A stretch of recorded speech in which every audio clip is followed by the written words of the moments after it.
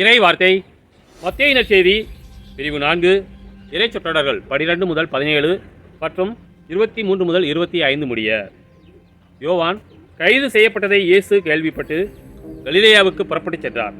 அவர் நாசரேத்தை விட்டு அகன்று செபுலோன், நப்தலி ஆகிய இடங்களில் எல்லையில் கடலோரமாய் அமைந்திருந்த கப்பர்நாகுமுக்கு சென்று கொண்டிருந்தார். இறைவாக்கினர் எசையா உரைத்த பின்வரும் வாக்கு இவ்வாறு நிறைவேறியது.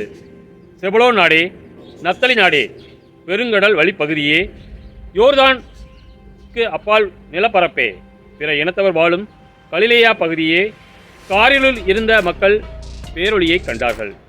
சாவின் நிழல் சூழ்ந்துள்ள நாட்டில் குடியிருப்போர் மேல் சுடரொளி உதித்துள்ளது. அது முதல் இயேசு மனம் மாறுங்கள், ஏனெனில் விண்ணரசு நெருங்கி வந்துவிட்டது என பறைசாற்றத் தொடங்கினார். அவர் கலிலேயா பகுதி முழுவதும் சுற்றி வந்தார். அவருடைய தொழுகை கூடங்களில் கற்பித்தார்.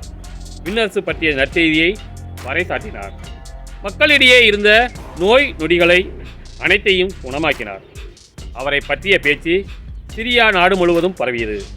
பல்வேறு பிணிகளாலும் வாதைகளாலும் வருந்திய நோயாளர், பேய் பிடித்தோர், மதி மயங்கியோர், முடக்குவாதமுற்றோர் ஆகிய அனைவரும் அவரிடம் அழைத்து வரப்பட்டனர். அவர் அவர்களை குணமாக்கினார். ஆகவே கலிலேயா, தெக்கப்பொலி, எருசலேம், யூதேயா, யோர்தானுக்கு அக்கறை பகுதி ஆகிய இடங்களிலிருந்து வந்த மக்கள் பெருந்தொழிலாய் அவரை பின்தொடர்ந்தனர். கிறிஸ்துவின் நற்செய்தி.